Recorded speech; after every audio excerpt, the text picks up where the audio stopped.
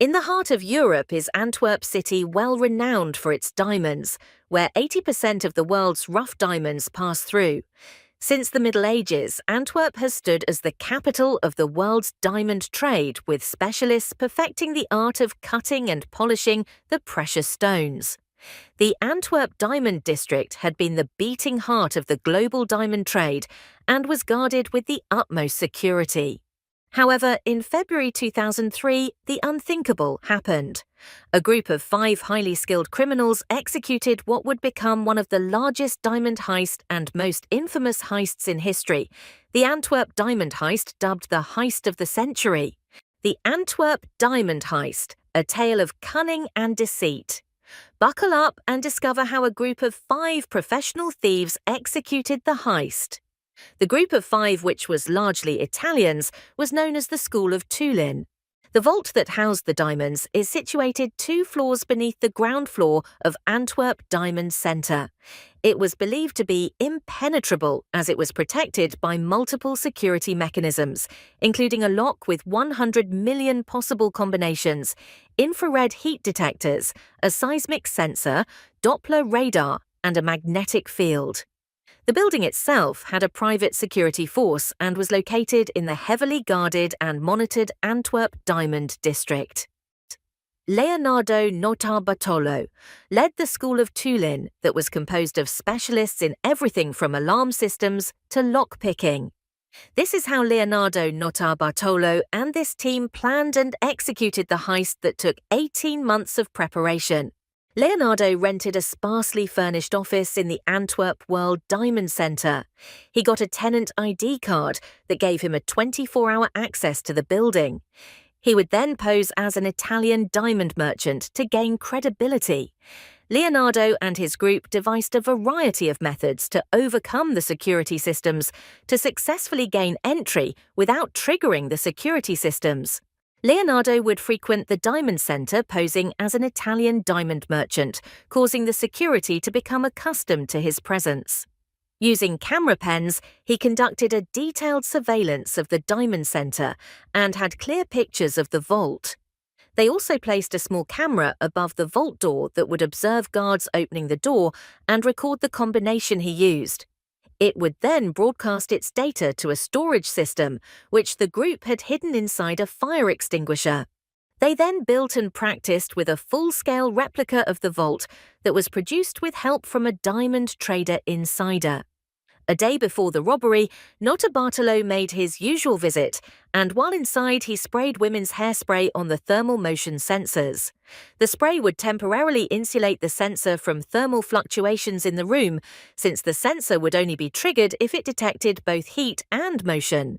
This measure would work for them until they could properly disable the sensor system.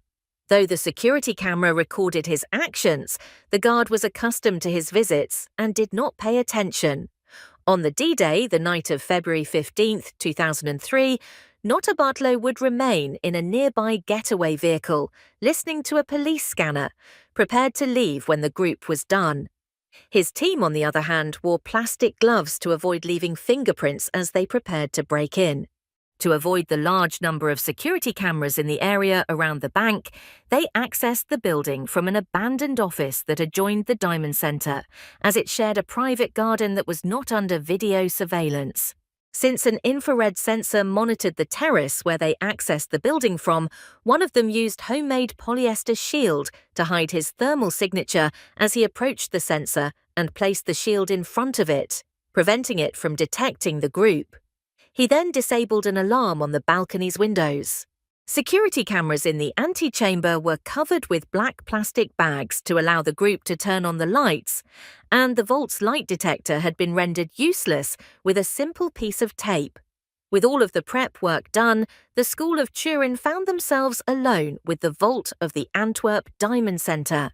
The vault door had a magnetic lock that consisted of 2 plates. When armed, they would trigger a magnetic field, and when the door opened, the field would break, triggering an alarm.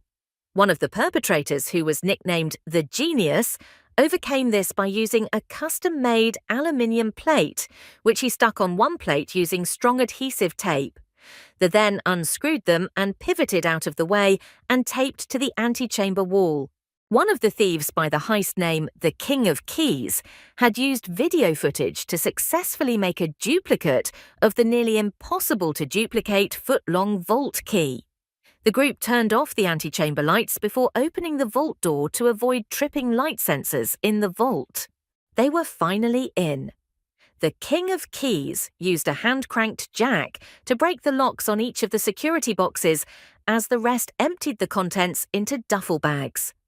After approximately an hour of meticulously done job, they left the beading. They then put the bags in Notarbartolo's car, which then drove to the apartment while the men headed there on foot. They had successfully finished the heist, but how were they caught?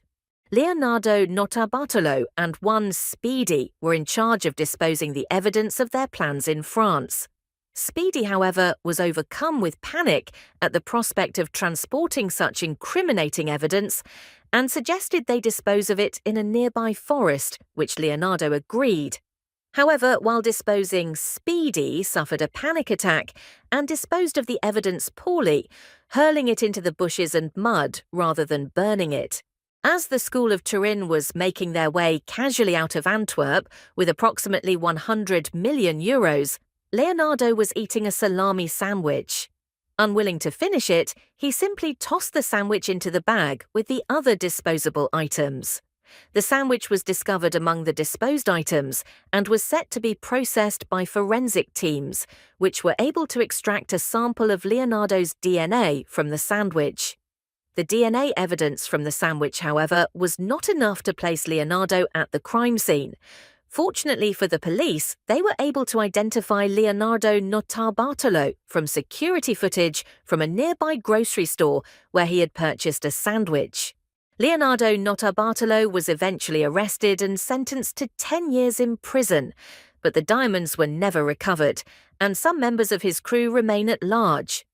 The Antwerp Diamond Heist remains a story of intrigue, brilliance, and audacity, a reminder that even the most secure vaults can be cracked by those with the skill and patience to do so. Thank you for watching and subscribe for more crime stories and amazing content. We post a video every Sunday of the week. See you in the next one.